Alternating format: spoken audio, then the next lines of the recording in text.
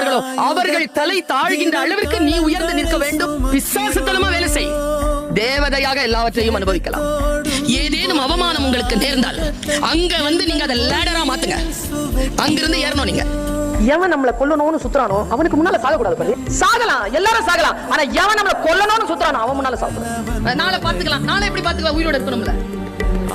இருந்தாலும் அந்த மைண்ட் வரணும்ல, அந்த எனர்ஜி வரும். அந்த ஸ்பாட்ல அந்த நிமிடத்துல ஜெயிக்கணும். அதுக்கு பேர் தான் ஜெயிக்கிறது. அம்மா சொல்லுவாங்க, காட்டு வழியா போறியா, ஒரு பூவையோ கனியையோ பாக்குறியா, அறுத்துரு, திரும்பி வரும்போது பாத்துக்கலாம். அப்படி விடாத. வாழ்க்கையும் அப்படித்தான். என்ன முடியுமோ அவ்வளவு பறிச்சு உருளி எடுத்துட்டு வெளியில ஓடிடும். நாலேஜ் அப்படி வாங்கிட்டு போய்கிட்டே. எத்தனை பேர் தோல்வி அடைந்திருக்கிறீர்கள்? நாளை என்று தள்ளி போட்டுட்டு ஜெயிக்கிறவங்களுக்கு உங்களுக்கும் இருக்கக்கூடிய ஒரே வித்தியாசம், காலத்தால் அவன் பயிர் செய்தான், நீ காலத்தை கைவிட்டு விட்டு பிறகு பார்த்துக் கொள்ளலாம் என்று இருந்தாய். மகிழ்ந்திருக்கு. வாழ்க்கையின் உயிரோடு இருக்கக்கூடிய வினாடிகளே மகிழ்வதற்காக